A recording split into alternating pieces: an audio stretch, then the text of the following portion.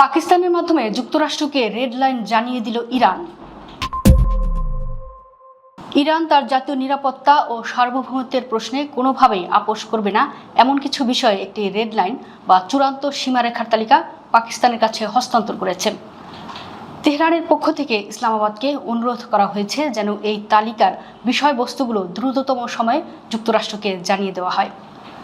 ইরানের রাষ্ট্রীয় সংবাদ সংস্থা ফার্স নিউজ এজেন্সির বরাতে এই তথ্য সামনে এসেছে।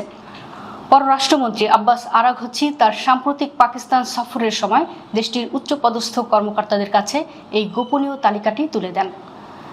সিএনএনের এক প্রতিবেদনে জানানো হয়েছে, এই তালিকায় মূলত পারমাণবিক কর্মসূচি এবং কৌশলগত জলপথ হরমুজ প্রণালীর মতো স্পর্শকাতর বিষয়গুলো অন্তর্ভুক্ত রয়েছে।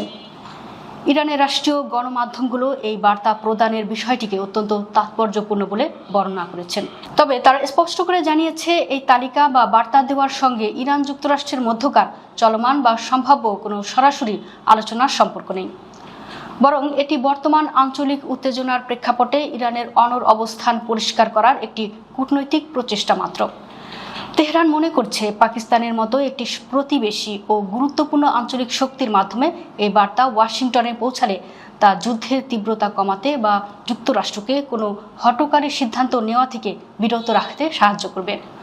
প্রকাশিত তথ্য অনুযায়ী ইরানের এই রেড লাইন তালিকায় পারমাণবিক সক্ষমতা বজায় রাখা এবং হরমুজ প্রণালীর উপর নিয়ন্ত্রণ ধরে রাখার বিষয়টি সর্বোচ্চ গুরুত্ব পেয়েছে। ইরান সাফ জানিয়ে দিয়েছে, এই দুটি ক্ষেত্রে কোনো ধরনের বহিঃশক্তির হস্তক্ষেপ বা সরাসরি আঘাত তেহরান কোনোভাবেই সহ্য করবে না। যদি যুক্তরাষ্ট্র বা ইসরায়েল এই সীমারেখা অতিক্রম করার চেষ্টা করে, তবে ইরান কঠোরতম পাল্টা ব্যবস্থা গ্রহণ করবে বলে ইঙ্গিত দেওয়া হয়েছে। যদিও তালিকার অন্য বিষয়গুলো নিয়ে বিস্তারিত কোনো তথ্য সংবাদ সংস্থাগুলো প্রকাশ করেনি। তবে এর মাধ্যমে মধ্যপ্রাচ্যের বর্তমান ছায়াযুদ্ধের ভবিষ্যৎ গতিপথ নির্ধারিত হতে পারে বলে ধারণা করা হচ্ছে।